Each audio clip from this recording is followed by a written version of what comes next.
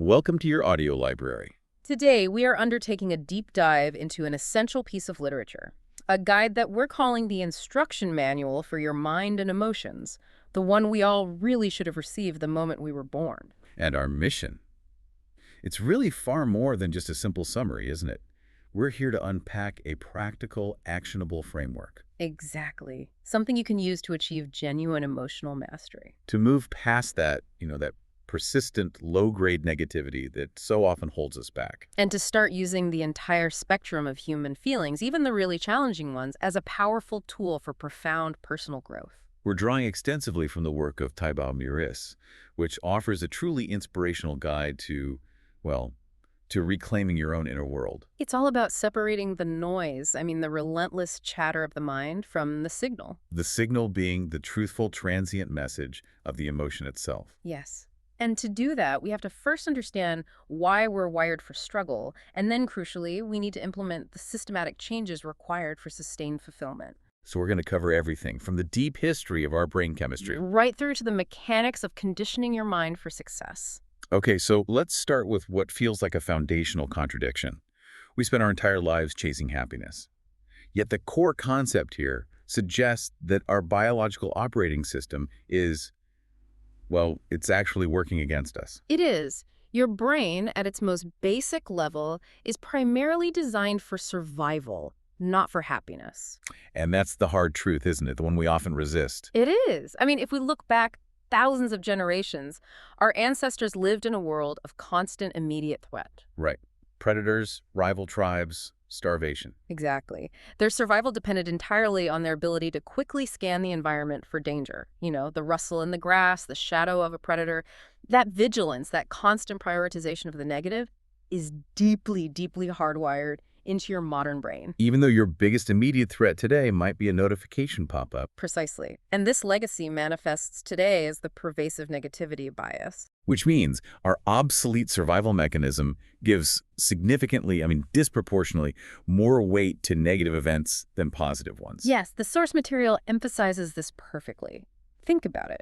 If you receive one piece of harsh criticism, it can easily outweigh 100 compliments. Oh, absolutely. The emotional residue it leaves is just so much stronger. And that bias is what the authorial brain or the ego really hooks onto. Consider something as universal as the fear of rejection. Okay.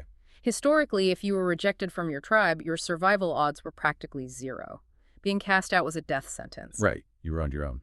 So today, that ancient programming perceives things like a bad performance review, a social slight, or even a critical comment online as a life or death threat. It triggers a completely disproportionate amount of emotional pain. So the ego interprets external judgment as a genuine existential threat. It does. And just understanding that biological reality is such a powerful lens for viewing modern anxiety. It helps you realize you're feeling that intense fear not because the threat is real in this moment, but because the ancient hardware is running an obsolete program. Exactly. But our biology isn't just tricky with negativity. It also traps us with artificial, fleeting pleasure, what we call the dopamine trap. Yes. The good stuff. While the seemingly good stuff, dopamine's original evolutionary role was perfectly functional. It rewarded essential survival behaviors. So you found food, you got to hit a dopamine. You got a hit, you successfully reproduced, you got another hit. It reinforced the behavior needed to keep the species going.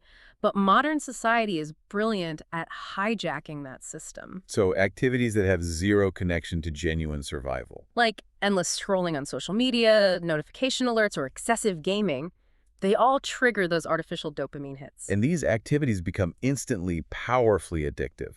They just consume our time, our focus, our energy. And the extreme case that illustrates the sheer power of this is truly sobering. It's the tragic story of Lee Sung-sup. What happened to him? He died after playing video game for 58 hours straight. 58 hours. He prioritized the artificially stimulated pleasure center in his brain over the basic non-negotiable needs of food, water, and sleep. Wow. That's a chilling example of its power. It is, and it illustrates the critical motivational point here. Society often sells this addictive, dopamine-driven version of happiness that is inherently unstable. It requires constant feeding, and at the end of the day, it's just deeply unsatisfying. So if you're seeking genuine, sustained fulfillment, You have to develop the awareness to separate this constant fleeting pleasure-seeking from real, lasting joy. You have to. This insight then leads us right into the one day I will myth. We're all conditioned to believe that sustained happiness is an external destination. We constantly tell ourselves we'll finally be happy when we get the promotion, buy the new car, or achieve some arbitrary status. And this flawed assumption bumps right into the phenomenon of hedonic adaptation. Right. Your mind is brilliantly designed to acclimate quickly to new situations. This means that even a massive achievement like winning the lottery only provides a temporary happiness boost. Before the mind just takes the new status quo for granted. The excitement fades, and it just moves on to crave the next thing. The famous 1978 study comparing lottery winners and paraplegics is the perfect, if chilling, demonstration of this. It really is. Just 1 year after winning millions or experiencing life-altering paralysis, researchers found that both groups had, on average, returned to their predetermined pre-event baseline happiness levels. So the external change was monumental, but the internal barometer, the happiness set point, it just stayed consistent. Exactly. This phenomenon was quantified beautifully by Sonja Lyubomirsky's research. She assigned percentages to the factors influencing our happiness. Okay, what did she find? She found that 50% is determined by genetics, your natural set point. Okay, half of it is just baked in. Right. But then only 10% is determined by external circumstances, whether you're rich or poor, married or single, all of that. Only 10%? That's shocking. It is, because the remaining 40%, that's determined by internal factors, your attitude, your perspective, your intentional behavior. Now, this is the most empowering takeaway in this whole section. If 50% is set by genetics and only 10% by circumstances we often can't control, that 40% is our domain of power. That is where the work is. How does knowing that 40% of genuine, sustained happiness is within our control? How does that fundamentally change how we plan our day or react to a setback? It shifts the entire focus from external seeking to internal cultivating. It means happiness is primarily an inside job. We spend so much of our energy trying to change the 10%. We do. We spend maybe 90% of our energy trying to change the 10%, our job, our spouse, our possessions, when the greatest leverage, the real power, lies in that 40%. In the intentional choices we make about our attitude and how we frame reality. Yes. We are responsible for cultivating our happiness through deliberate daily effort. It doesn't just happen to us. Okay, so if the survival mechanism is the biological hardware driving our negativity, then the ego, that's the software driving our identity and often our suffering. What exactly is the ego in this framework? It is the mind-created self-identity.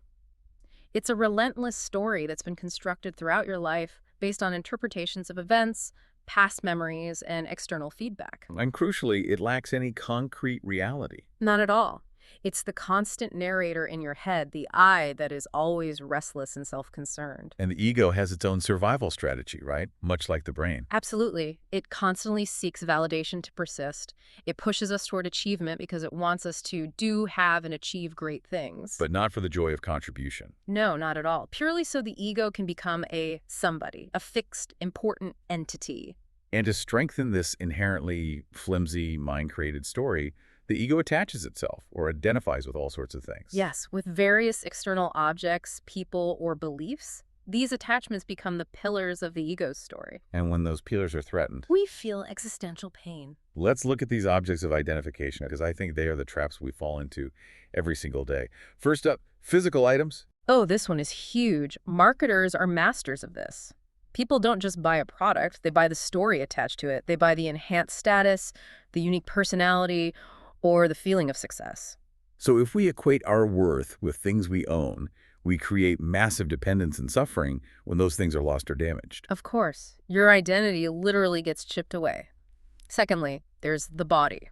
This is pervasive in modern culture. It's everywhere. Self-worth becomes derived almost entirely from physical appearance or ability because it's easily recognizable and quantifiable. So strong identification with the body means identifying far more easily with physical or emotional pain. Yes, it becomes a my pain instead of just pain. Then there are relationships. How does the ego use people? As external validation. We unconsciously seek approval from a boss, a parent, or a spouse because their affirmation temporarily shores up our fragile identity. We see parents living vicariously through their children. All the time, trying to control them because their children feel like possessions, like extensions of their own ego. That feeling of needing someone in a relationship to feel whole, that's often the ego, desperate for external scaffolding. And finally, beliefs. This seems like one of the most dangerous forms of identification. It can be, whether it's political, religious, or various identity labels, the ego uses these structures to strengthen its existence. The source material warns that excessive attachment to beliefs causes defensiveness, conflict, and anger, Why? simply because the ego interprets a challenge to an idea as a direct threat to who you are. The ego is just relentless in its pursuit of validation.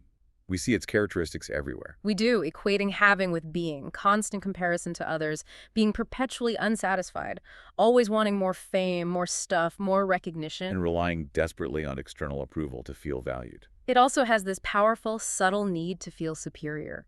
We have to be able to spot its stratagems in ourselves. What does that look like in practice? It might look like enhancing our value through association, name dropping, or gossiping, which is about putting others down to elevate ourselves, seeking fame, or perhaps most insidiously, needing to be right in every argument. That's a big one. It's huge. When you insist on being right, you automatically position the other person as wrong, and that gives the ego a temporary hit of superiority. And here is the core link to our emotions. Strong identification with the ego's self-created story is the root of most negative emotions. That's it. You get upset when reality doesn't follow the ego script. You become defensive when your beliefs are challenged. So the entire process of emotional mastery relies on reducing this attachment. And realizing your identity is merely a flexible, mind-created construct, not some rigid, unchangeable fact. So once we understand that foundational architecture of the ego and the brain, we can approach the nature of emotions themselves with a lot more clarity. Yes. And the first thing to grasp, and this is highly motivational, is that emotions are transient.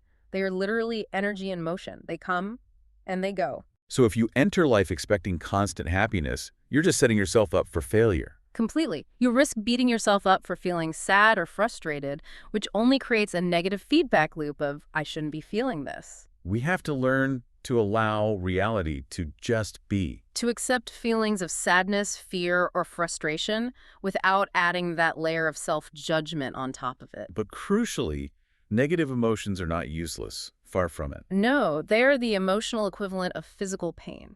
They signal that something is wrong and prompt necessary change. They're wake-up calls. Wake-up calls urging you to quit a toxic job. Or leave a draining relationship, or remove a disempowering story you're telling yourself. The examples of figures like Elon Musk, who had a breakdown, or Abraham Lincoln, who suffered from deep depression, show that these negative episodes often played a catalytic role in their ultimate resilience and success. Exactly. They were turning points. That's such a vital message, especially when you are deep in a slump. When you feel hopeless, the mind insists that the emotion will last forever. It does. It feels permanent. But the truth, the mantra we have to internalize is that this too shall pass. Okay, here's where the emotional filter comes into play. Our current emotional state literally dictates how we perceive reality. It does. When you're in a positive state, that filter gives you more energy, greater confidence, enhanced creativity, and an openness to action. Your mind just easily accesses positive thoughts. But when you shift to a negative state, the filter creates a complete lack of confidence and motivation. It makes you reluctant to challenge yourself, it reduces your perseverance, and most powerfully, it makes you a magnet for more negative thoughts. it's a vicious cycle. It's a vicious cycle, cycling endlessly like a broken record. Think of the author's personal experience from the source, shifting from excited confidence about his business to depressed self-doubt within days. Even though the external circumstances were totally identical. Exactly. The reality didn't change at all. The filter did. And this filter leads to what's called the magnetic power and clustering effect. Right. Emotions act like magnets, attracting thoughts on the same wave. Eckhart Tolle spoke about this. Your current thought patterns create these magnified emotional reflections, which then feed the original thought, strengthening the entire cycle. The danger here is clustering. We take all these unrelated negative issues, maybe some knee pain, a work deadline, a difficult conversation with a relative, And we combine them into one massive, overwhelming feeling of despair. This over-dramatizes the situation and just paralyzes us. so the simple solution is compartmentalization. It sounds simple, but it's profound. Recognize that these negative emotions exist primarily in the mind. Taken separately, they're usually just manageable tasks or transient feelings. This concept is deeply tied to your emotional set point and accessibility. You literally cannot attract thoughts that are too far removed from your current emotional state. Which is why trying to force yourself to feel ecstatic joy when you are deeply depressed is completely ineffective. Your emotional filter is just not receptive to that frequency. This is why the emotional ladder model, like the Hicks model, is so practical. Incredibly practical. When you're climbing out of hopelessness, which is often the bottom rung of the ladder, moving to anger is actually a measurable sign of progress. That seems counterintuitive. Anger is a negative emotion. But anger provides more energy, more focus, and more motivation than deep depression or apathy. We shouldn't resist this intermediate emotion. We should accept the next higher energy state as genuine progress toward fulfillment. Okay, finally, let's confront the radical idea introduced in the sources. The distinction between mental suffering and physical problems. Yes, mental suffering is entirely created by interpreting emotions and dwelling on worries about the past or the future. This consumes an enormous amount of psychological energy. Dale Carnegie claimed that 100% of a sedentary worker's fatigue is purely psychological. But here's the challenge, and this is where the conversation gets interesting. If we say problems don't actually exist outside of mental interpretation, what about genuine objective difficulties? I mean, surely a traffic jam, a physical illness, or a real financial struggle are concrete problems. That's the critical nuance. The physical event, the traffic jam, the illness, that is real. But the suffering that comes from our interpretation of the event, it comes from the resistance to the reality that is, the belief that this shouldn't be happening to me. So the radical insight is that the objective situation exists outside of us, but the problem, the anxiety, the frustration, the dwelling, only exists when we give it our attention and label it as a problem. The power to stop the suffering lies entirely within your control to change the interpretation. So the goal isn't to pretend that difficult external circumstances don't exist, No, not at all. but to recognize that the energy we spend resisting them is far more draining than the event itself. We control the suffering, even if we can't control the event. That's the key to freedom. So now we can transition from the abstract, the ego and interpretation, to the concrete, to the physical and environmental levers we can pull right now to immediately influence our emotional state. And we have to start with the absolute foundation: sleep. The impact of sleep is so often minimized, yet it's the bedrock of emotional stability. Sleep deprivation increases anxiety, drastically increases the risk of depression. Especially if you routinely sleep less than 6 hours per night, right? Yes, that seems to be a critical threshold. Yep. It also carries a measurable 13% increased mortality risk.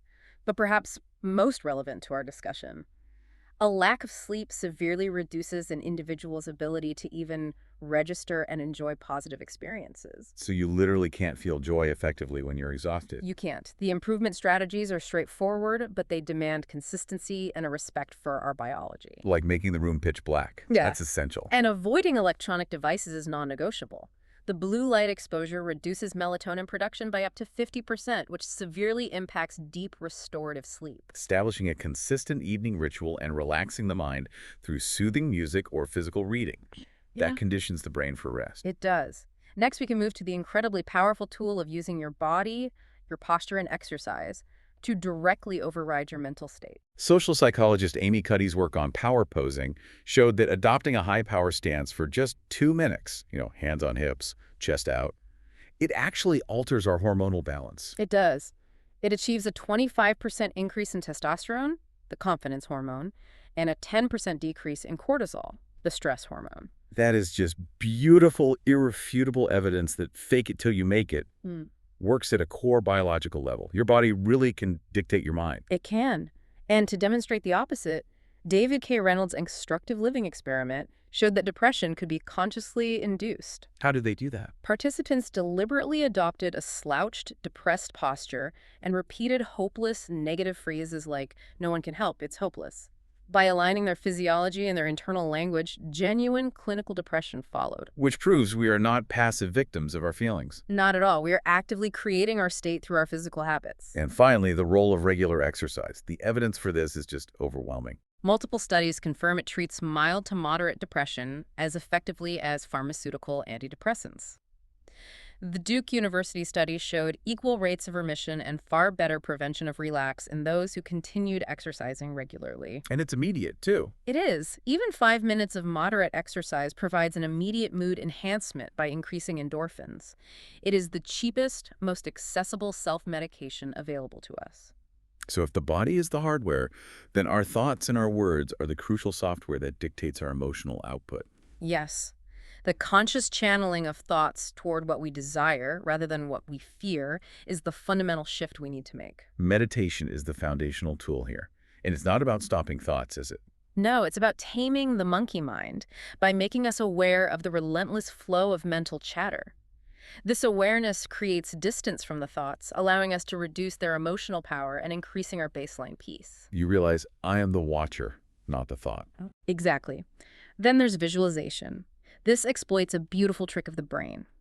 The subconscious mind cannot distinguish between a real experience and a vividly simulated one. So we can trick the mind by deliberately simulating desired positive experiences, gratitude, joy, accomplishment, with real emotional intensity. And this conditions the neural pathways, making those positive states much easier to access when we need them in real life. The connection between our words and our behavior is also paramount. When confidence is low, we hear that weak, tentative language, I hope, or I'll try. All the time. The simple, immediate confidence booster is switching to assertive language, replacing I should with I will, or maybe with definitely. This is the power behind positive affirmations. Yes. These are sentences repeated rigorously in the present tense. I am confident, not I will be confident someday. They have to be repeated daily, often combined with emotional intensity and visualization, until the subconscious mind accepts them as undeniable truth. It's like reprogramming your internal dialogue. And if you leverage physiology with language, we arrive at Tony Robbins' concept of incantations. This involves not just saying the affirmation. Right. It's engaging the body, adopting a powerful posture, and using specific phrases to achieve absolute certainty and a desired state before a high-stakes event. It's the ultimate combination of mind, words, and physiology all working together. Let's discuss the simplest, most immediate biological lever we have: breathing. Proper, intentional breathing is vital for energy production, whereas poor, shallow breathing tires us more easily and makes us highly susceptible to negative emotions like anxiety. And slowing the breathing rate is a direct, immediate path to anxiety reduction. It is. If you can target 8 cycles per minute, you relieve stress. 4 cycles per minute increases awareness. And 1 cycle per minute can dramatically calm fear and worry. It's an ancient technique. And conversely, rapid breathing techniques like the breath of fire can release built-up stress and provide an immediate energy boost. It's a manual override for your nervous system. Okay, next, environment. Everything external affects our mood. The people we surround ourselves with, the media we consume. The state of our living and workspaces. Simple, tactical actions like decluttering a messy desk or reorganizing your computer files can provide a tangible, immediate boost of control and motivation. So the overriding goal is to avoid situations or spaces that consistently generate negative emotions or comparison. Exactly. Finally, music. It's an incredibly powerful and accessible mood shifter. Studies show that listening to positive music boosts mood, but only if the listener intends to boost their mood. The intention is the key. Interestingly, music reduces negative mood and boosts self-esteem regardless of the genre, whether it's rock, classical, or hip-hop. So to condition the mind, you can create specific playlists for motivation, gratitude, or deep relaxation, and link them systematically to desired emotional states. Yes. Christopher Berglund, the endurance athlete, famously used music to fortify an alter ego and invincible state of mind. By linking music to a positive identity, it becomes a powerful tool to consciously shift and reinforce emotional states, even under duress. So we now arrive at the mechanism of change, which is really the blueprint for emotional freedom.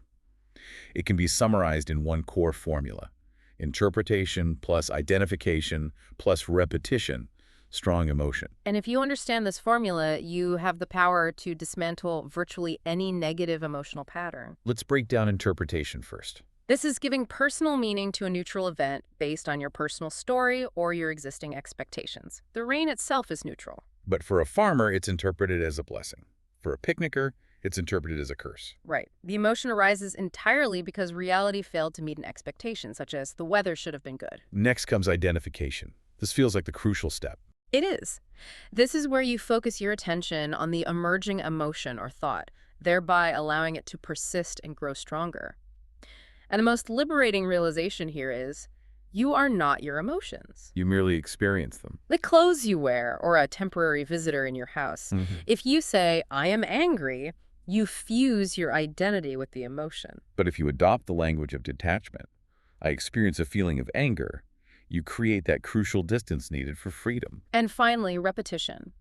If you repeatedly engage in the process, revisiting the same thoughts, interpreting them negatively, and identifying with the resulting feeling, you condition your mind to habitually experience that specific, strong emotion. So constantly focusing on a past betrayal, for instance, strengthens and entrenches resentment. Exactly. The motivational lever here is clarity.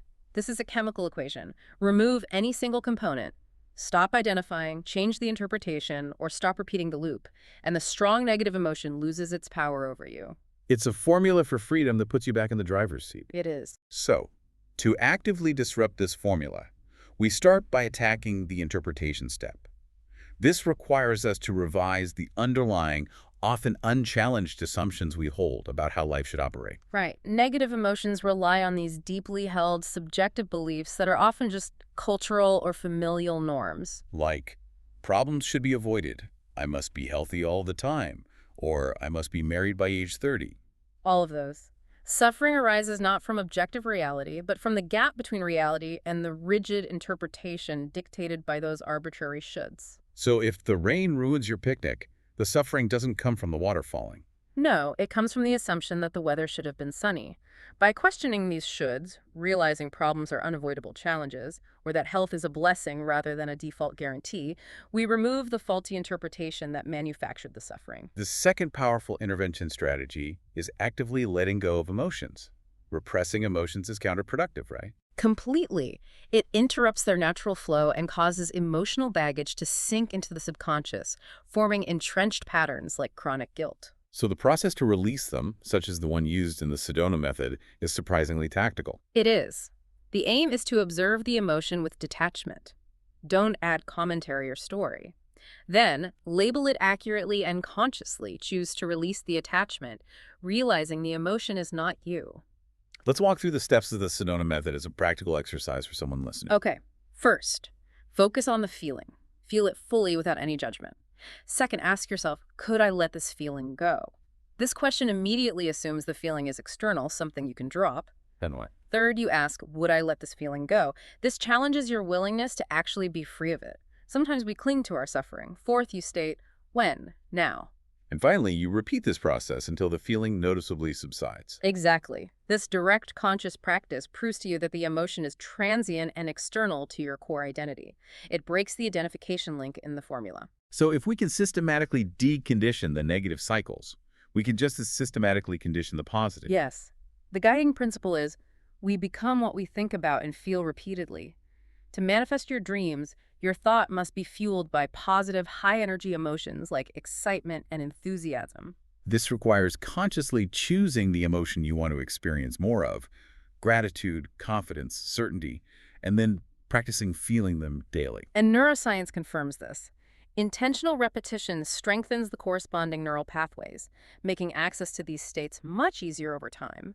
It turns difficult practices into habitual strengths. And we use the same formula interpretation plus identification plus repetition to build these positive states. Take gratitude. The daily routine should involve writing down 3 things you're genuinely grateful for, or taking time to mentally thank people, even those you dislike, for the lesson they taught you. We have to cultivate gratitude. We do. As Jim Rohn noted, our emotions need to be as educated and intentional as our intellect. To cultivate excitement, the repetition involves daily, vivid visualization of your goals. Creating a goals journal and vividly envisioning your ideal day, what you eat, where you live, and most importantly, how you feel, that generates the vital emotional energy you need to fuel action. To build confidence or certainty, you visualize your goals as already accomplished, committing energy to the certainty of success. And for self-esteem, you keep a daily win log of small, seemingly mundane accomplishments. I woke up on time, I completed that difficult email, I cleaned my desk. You also keep a positive journal of received compliments, consciously accepting them as genuine and letting them sink in. And finally, a key practice for immediate conditioning, decisiveness. Use the 5-second rule. Okay, what's that? When an idea, a goal, or a necessary task pops into your mind, you act within 5 seconds. This bypasses the mind's natural tendency to talk you out of scary or tiring tasks, which is just the ego protecting its comfort zone. That simple behavioral rule is a powerful tool for self-discipline. which then provides immediate tangible boosts to your self-esteem. But when strong negative emotions hit, trying to change feelings directly often fails. This is where behavioral change is critical. Change the behavior, and the feelings will follow. Action over emotion. Yes. This involves asking two key questions. What is the concrete external cause of this emotion? And what concrete action can I take right now to change my present reality? So instead of dwelling on memories after a breakup, the action is to delete the photos and stop revisiting old memories. Right. If you're worried about a presentation, the action is to rehearse for hours until certainty replaces worry. If you're angry at a messy situation, the action is to start cleaning. Simply do what you have to do until the emotion fades. And changing your environment is equally crucial because you are the average of the 5 people you spend the most time with. You have to reduce your exposure to factors that consistently generate negative emotions. This means spending less time on social media, which often breeds comparison and feelings of failure, or consciously reducing time with negative relatives and friends. A simple, powerful strategy here is closing open loops. Oh, this is a great one. Unfinished tasks, even small ones, clutter the mind and create a sense of low-level anxiety and being overwhelmed. So finishing them, or consciously rescheduling or abandoning them, frees up enormous emotional bandwidth. And provides an immediate tangible mood boost because the brain just loves completion. Now we can shift our mindset completely, viewing emotions not as things to be resisted, but as messengers guiding our growth. Exactly. Emotions tell us our current interpretation of reality is biased and needs adjustment. Ignoring them simply makes them louder, often resulting in physical health issues like chronic stress or anxiety. The motivational core here is the power of perspective. We have the internal capacity to find meaning and even joy in the most challenging situations. The examples are humbling. Alice Summer laughing while imprisoned in a concentration camp, or Nick Vujicic overcoming being born without limbs to become a happy father and world-renowned speaker. These narratives prove that negative external events do not have to define us. They're opportunities to redefine our internal resilience. To harness this power, we need radical self-awareness.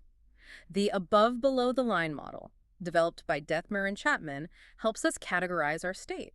When you operate above the line, you are conscious, you're open, you're curious, willing to learn, and taking responsibility for your situation. But when the ego feels threatened, you fall below the line. You become defensive, closed, rigidly clinging to your opinions, finding fault, gossiping, and justifying. Recognizing when you fall below the line and choosing to shift back above it is the central discipline of emotional mastery. And this also ties into the fear versus love model.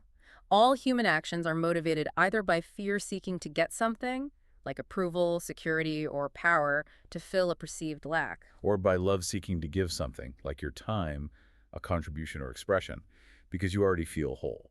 Mastery involves recognizing that fear-based scarcity motivation and consciously shifting toward giving and contribution. Let's get into some of these specific negative emotions and the growth opportunities within them. First, the feeling of not being good enough, or low self-esteem. It's a pervasive lie. It's a biased filter that completely screens out your accomplishments, labeling them no big deal, while massively magnifying every failure or perceived flaw. So the growth path is entirely behavioral and cognitive. Identify the triggers and the self-defeating story you tell yourself. Yes, and as we mentioned, keep a daily win log and a self-esteem jar to track tangible daily accomplishments. Most importantly, practice accepting compliments with a simple, genuine thank you. Refusing a compliment disrespects the giver. And more importantly, it reinforces your negative self-story. This is deeply connected to Nathaniel Branden's 6 pillars of self-esteem. And these aren't about feeling good. They're about demonstrating competence.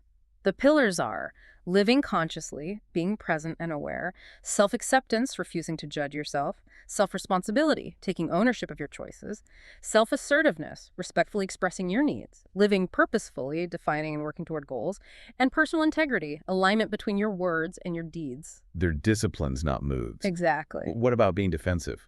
Defensiveness is the urgent need to protect the ego's fragile story when a core belief is attacked. As Catherine Schultz observed, our profound love of being right is really just our profound fear of being wrong. So the growth path is self-inquiry and surrender. Realize that the need to defend yourself stems from an attachment to a belief. Ask yourself, What belief led me to defend myself? Is this belief serving me? Can I simply let go of the need to be right? In almost all social interactions, the need to defend the self is unnecessary. It is. The belief is merely an attachment, not a core truth. Let's talk about stress and worry. Stress is a present moment issue, like a traffic jam or a deadline. It exists in the interpretation that those events shouldn't exist. It requires us to take immediate responsibility for how we're interpreting the moment. And worry. Worry, conversely, concerns the past, which is regret, or the future, which is anxiety. Most worry is unnecessary because the past cannot be altered and the future cannot be controlled. So the growth path involves a tactical exercise of sorting your concerns into 3 categories. Things you control, things you have some control over, and things you have no control over. For things with no control, the goal is radical acceptance or productive reframing, like using traffic time, which you can't control, productively with an audiobook rather than internally fighting the situation. Okay, a huge one for many people. Caring what people think of you. This is a powerful, self-centered illusion. Because we are the most important person in our own world, we unconsciously assume others are constantly thinking about us, scrutinizing our flaws. But the truth is incredibly liberating. They aren't. They are too busy worrying about themselves. The ultimate truth is, what other people think of you is none of your business. People are entitled to dislike you. Yes. And no amount of external approval can ever compensate for a lack of internal self-approval. The growth path is letting go of the need to protect a fragile self-image and simply choosing to express your true personality. What about resentment? Resentment is poison. It is anger at people for not behaving according to our specific, often unstated expectations. It builds through our formula: negative interpretation, identification, and endless repetition. Nelson Mandela famously summarized it as drinking poison and hoping it kills your enemies. It's entirely self-destructive. And moving beyond resentment is an act of profound self-love. It means prioritizing your peace of mind over the fleeting satisfaction of being right or holding a grudge. So forgiveness is really about you, not them. Exactly. It involves understanding that people act based on their conditioning and level of consciousness. They are literally doing the best they can based on their internal resources at that moment. There are 4 tactical steps to deal with resentment. First, reevaluate the interpretation. Separate the facts of the event from the drama you've added. Second, confront the situation, either by talking to the person or just writing a letter you don't send. Third, forgive. Release the attachment to the past as an act of self-love. And fourth, forget. Stop replaying the scene in your mind. Repetition strengthens the poison. Let's talk about jealousy. Jealousy is rooted in a scarcity mindset and the belief that you aren't good enough, a fear of losing someone or something, or wanting what someone else possesses. However, it can be used as a powerful guide. How so? If you envy someone's career path or accomplishments, that emotion is signaling what you truly want to do. Susan Cain realized she envied writers because she wanted to be a writer. The key is to shift from competition, the scarcity mindset, to cooperation, the abundance mindset. Success is not a limited resource. Not at all. If others succeed, it is positive evidence that you can succeed too. We have to stop the trap of unfair comparison. It's unrealistic and unfair to compare your entire messy life to the combined polished strengths of several successful people you see online. So the only valid metric for growth is comparing your today's self with your yesterday's self. That's it. how depression. Non-clinical depression often results from feeling hopeless about reaching desired life goals or dwelling excessively on the past or the future. And crucially, it's an active process created by identified, repeated negative thoughts. So depression is often an invitation to let go the ego and reconnect with the present moment. Yes, to escape the mind that created the suffering. The solution is action, not thought. Exercise to change your chemistry, meditation to stop identifying with thoughts, focusing on demanding activities to avoid excessive reflection, and focusing on others to forget your own issues. You have to start moving, even if you don't feel like it, to initiate that upward spiral. You must. And fear or discomfort. Fear is the natural reaction whenever we try something new. It prompts us to stay within our comfort zone to protect the ego's current survival story. But growth is fundamentally impossible without leaving the comfort zone. We have to realize that the vast majority of our fears are imaginary, anticipatory thoughts, not real physical threats. Exactly. Courage is not the absence of fear, but taking action despite the fear. You cultivate courage by setting small challenges. Choose one thing you know you should be doing, but fear prevents you, and do it. That action creates an immediate sense of pride. And a feeling of being alive. It's the brain's reward for growth and expansion. Procrastination. This is largely an emotional issue, isn't it? It is. It's rooted in fear. Fear of doing a poor job, fear the task is too challenging, or a lack of motivation because the why is unclear. It costs us massive amounts of energy and self-esteem. The 16-step process for crushing procrastination emphasizes tackling the emotional root first. Right. Understand the hidden fear and the cost of avoiding the task. Identify and rewrite your excuses.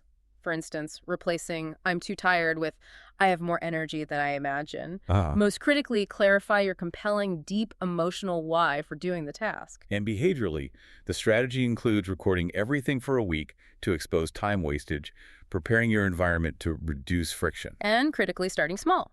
Commit only 5 minutes to the task to build immediate momentum and trick your mind into entering the effortless flow state. Accountability partners or setting hard deadlines also prevent the mind from rationalizing avoidance. Finally, a lack of motivation. A pervasive lack of motivation signals a deep misalignment between what you are doing and who you are. You're not following your bliss or living according to your core values. So the path forward is to design a life aligned with your core strengths and values. Yes, you must focus on tasks you are inherently good at, because motivation often follows success and competence. If you succeed, you're motivated to do it again. Most importantly, you need to know your deep emotional why. Ask why repeatedly until you uncover the true internal reason for your goals. For example, why do you want to lose weight? Not because society demands it, but because you want to feel energetic, present, and worthy of taking up space. This emotional driver is unstoppable. And if you feel totally stuck, overwhelmed by open loops, The simplest solution is making a comprehensive list, identifying the one major avoidance-driven task on that list, and completing it immediately. That singular action builds the unstoppable momentum needed to break the cycle of apathy. so given all we've learned about emotional conditioning, goal setting emerges as the ultimate tool for intrinsic motivation. It is, because it empowers the mind and focuses that 40% of happiness that is within our control. Setting clear, specific goals provides immediate direction for the subconscious mind. Jim Rohn once quipped, "If you don't have a list of your goals, I can guess your bank balance within a few $100s." And Maxwell Maltz compared the subconscious to a powerful GPS. Once you input a definite goal, it unleashes its focusing power to scan the environment for opportunities, resources, and people that will help you achieve it. Goal setting shifts you from reacting to creating. Yes. When you set intentions, you stop giving away your power to external circumstances, and you become the conscious creator of your life. As Jim Rohn emphasized, if you don't design your own life plan, you'll inevitably fall into someone else's plan. And they likely haven't planned much for you. Not much at all. Achieving these clear goals consistently directly increases self-esteem. It does. Nathaniel Branden noted that high self-esteem seeks the challenge of demanding goals, and achieving them reinforces competence and our ability to cope with life's challenges. It proves to the ego, in a healthy way, that you are effective and capable. The true profound value of goals isn't the future they describe, is it? No, it's the change in perception of reality they foster. This entire process forces you to think better thoughts, to overcome limiting beliefs, and to see previously unattainable dreams as genuinely achievable. You literally begin reconstructing your perception of reality around your intention. And finally, having a compelling life purpose goals that truly excite you is identified as a common characteristic of people who live to be 100. Setting exciting goals acts as a powerful medicine. It proves that the desire to achieve something meaningful is incredibly powerful in sustaining our energy, focus, and longevity. So we have navigated this emotional landscape, recognizing the biological tricks of the survival mechanism and the story-building antics of the ego. We've identified the powerful physiological levers, from breathing to posture, and, most importantly, learned that formation formula: interpretation, identification, and repetition. Remember, you are not defined by your temporary feelings. You have the ability not just to manage, but to master your inner world by interrupting those negative patterns, consciously changing your interpretation and conditioning your mind for positive states. The quality of your emotions determines the quality of your life, and that practice begins now with the 40% you control. Don't cling to your negative story or identify with transient feelings. They are not you. They are visitors. The goal is to allow them to pass through without signing the lease. So here's our final thought for you to carry forward, something to help you find that 40% leverage. If problems only exist when you interpret them as such, what if the most powerful thing you could achieve today wasn't solving a problem, but simply refusing to label a difficult situation as one? What happens when you consciously substitute curiosity? I wonder why this is happening. For judgment, this shouldn't be happening. In the face of discomfort. Find out what lies beyond the problem.